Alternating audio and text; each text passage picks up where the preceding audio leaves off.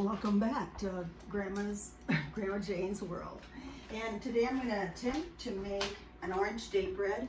This bread is so good that my mom, back when we had them all, won $100 on it at a contest, baking contest there. So anyway, people go crazy on it. We love it. I like to bake it every so often. It makes 3 loaves.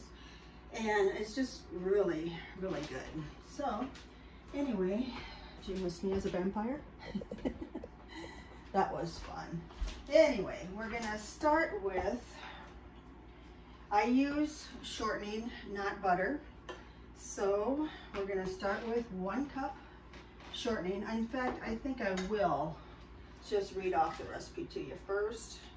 I'm gonna go back and type some of these recipes into the website, but until then, I'll read them off. Okay, this is orange date bread. 1 cup butter or shortening, I use shortening, 4 eggs, 1 teaspoon salt, 2 cups sugar, 1½ cups buttermilk, 1 teaspoon soda, 4 cups flour, 2 teaspoons grated orange rind, and 2 cups dates, and 1 cup of pecans. And there's also a topping, an orange glaze, that consists of 1 cup sugar, 1/2 cup orange juice, 1 teaspoon orange rind. Okay, and we'll take it from there now. I'll show you. I've got my oven preheated at 350 and it bakes for an hour and a half. It's quite a while. So I'm gonna put my Crisco, or my shortening I should say, into my mixing bowl. I'm doing it with my arm today, not my big stand-up mixer, which I love, but anyway, I thought this might be a little easier for you to see. I'm getting a larger counter to work on and a higher counter too. And I'm hoping maybe next spring I can get a new kitchen put in my house, so that will help too. I can set it up more how I like it. Okay, and then the sugar is 2 cups that you want to add to that shortening. And I forgot to put a fork out. I'll get my fork. That's what I use to blend my, or cream they call it, the sugar in with the shortening. There's also 1½ cups buttermilk in this. That makes it always so moist and delicious. I'm gonna cream this together because next I will be putting 4 eggs, 1 at a time, into the bowl, in the mixture. See if I can do that out of the bowl. I did it one time and now we're cooking, so I should be able to do that again. And with each egg, just mix it up a little bit more. And it makes it wet and really gets everything, you know, incorporated. Here's the second egg. I oftentimes make this orange date bread for Christmas, but anymore we like it so well I make it year round. And it makes great gifts. Just wrap it up in foil and put a bow on it and people love it. Especially older people that don't bake so much anymore. It's a real treat for them. They could slice off a piece every morning and have it for breakfast. I also have made this in a muffin form too. So, and it's good that way. So I had shoot.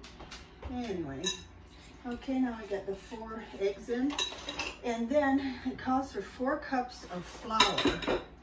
And it says to put your 2 cups of dates chopped. And these are pitted dates, but I like to get whole ones because you can cut them in a little chunkier. And I like the chunky dates in mine. If you get them already chopped up and pitted, they're kind of little and it's just not the same in a loaf of bread. Okay, and that's my opinion anyway. So I'll put those in there and then I kind of have them flour coated until you use them. So that's what I'll do. Wash my hands real quick. Okay.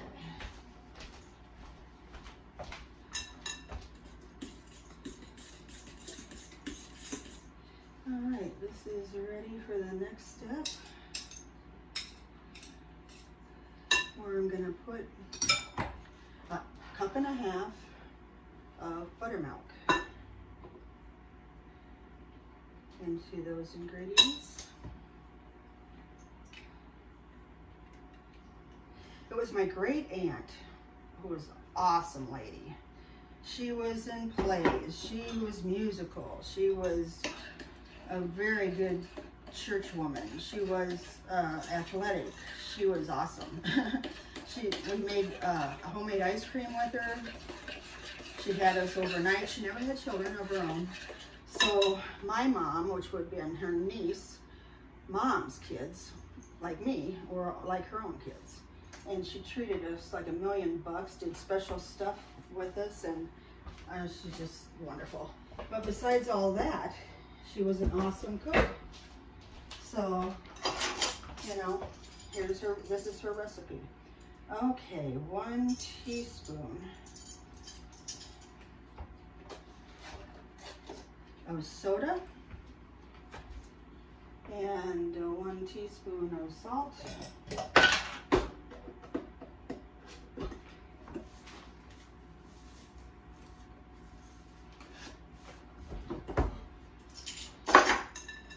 And stir that up. And then we'll want to start adding I know there's one more thing I gotta do before I do that. I'm gonna grate some orange. And the bread asks for 2 teaspoons of grated orange rind. So I'm gonna grate that off, and then the topping, the glaze topping, also asks for 1 teaspoon. So I'm gonna do about 3 teaspoons of orange rind grated. And I think I can get that off, this one orange. They always look so funny because they're like they're naked. So anyway, I'm guessing that's about 3 teaspoons. Yeah, put that over there. And measure out 2 for the bread. That's more enough. Okay. Now we'll start adding our flour that has the dates in it. Now I think they like the flour in the dates in the flour so that they don't float around in the batter and like all end up, you know, on top or down below or whatever in the bread.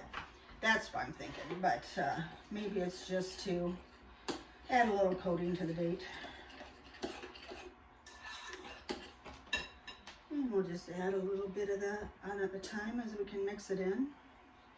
I've been filming now between Now We're Cooking and Grandma Jane's World quite a few months, since last May. And I cannot believe how hilarious I am. I mean, have you ever been filmed and watched yourself? You don't realize the mannerisms you have. Sometimes I have my eyes great big open. And then sometimes I'm squinting them. And just, oh my gosh, it's so funny. I think everybody should have themselves filmed. And that really tells you more about yourself, whether you like it or not. Okay, I've almost got this mixed up. Just a little more flour and dates to put in there. And guys, it's getting thick. It is so delicious. I can't even explain. So, I don't know where Grandma or Aunt Verla ever got this recipe, but it is wonderful.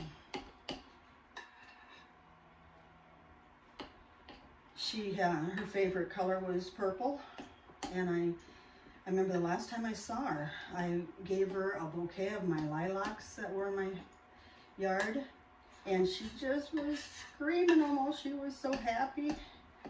And then she had a massive heart attack and passed away. I'll tell you, she was one super lady.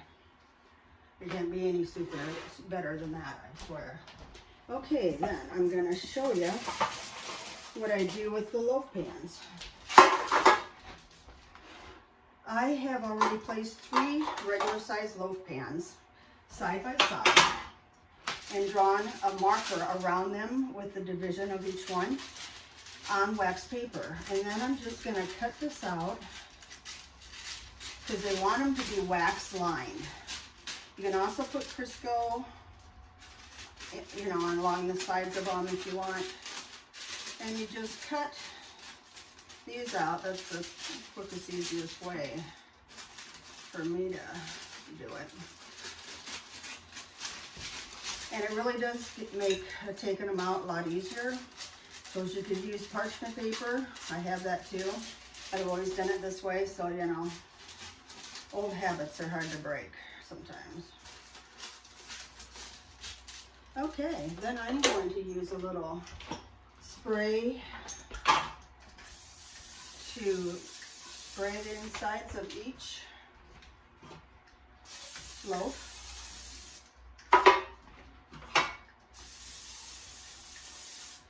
And I'm going to lay each one I cut out down in the bottom. And that kind of makes it stay in place because it's got the grease in there. It makes it stay in place really good, actually. Okay. Then, next, you just kind of eye it out, however you want to do it. But I can usually, I put so much in each pan, and it seems to come out equal. So I just start out with so much in each pan.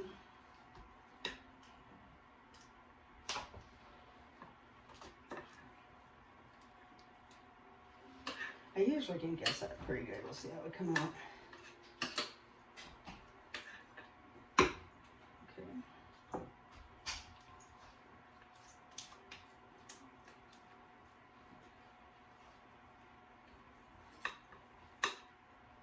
Okay, let me take a look at it. I just got a little bit left. Looks good. It ends up being about 3/4, you know, in each loaf pan, 3/4 full. Yeah, and then I noticed too how many times I forgot to turn the TV down when I was filming. There's just so many things. It seems like I just learned something new, or you know, every time. So that's good. Maybe it'll get better every time. I hope so. So anyway, in they're gonna go, and they're gonna go in for an hour and a half at 350. And when I pull out, I'll show you how to make the orange juice and rind and sugar glaze that goes on top of them. And you can poke them and put it on while they're warm, and they're just wonderful. So see you in an hour and a half. Take care. Bye. Hey, I'm back, and I took the orange date bread out of the oven, and I put it on a cookie sheet so that when I mix up the glaze, it won't be slopping all over. Okay, and then I do a 1/2 cup of orange juice. There, a little better. A cup of sugar, and like a teaspoon of orange rind. And I just kind of whisk that together, let it dissolve. They say you can do this before you start making your loaves of bread, but I don't know the difference. So I've already poked the bread with a fork all over the place, so this will seep into it and make it more flavorful. And also, when I put them in the oven, right away I realized I forgot the pecans, the chopped pecans, 1 cup. So I pulled them out, and they weren't starting to bake yet, and mixed the pecans in there. So anyway, then when that's all mixed up and dissolved, you just pour it over your bread.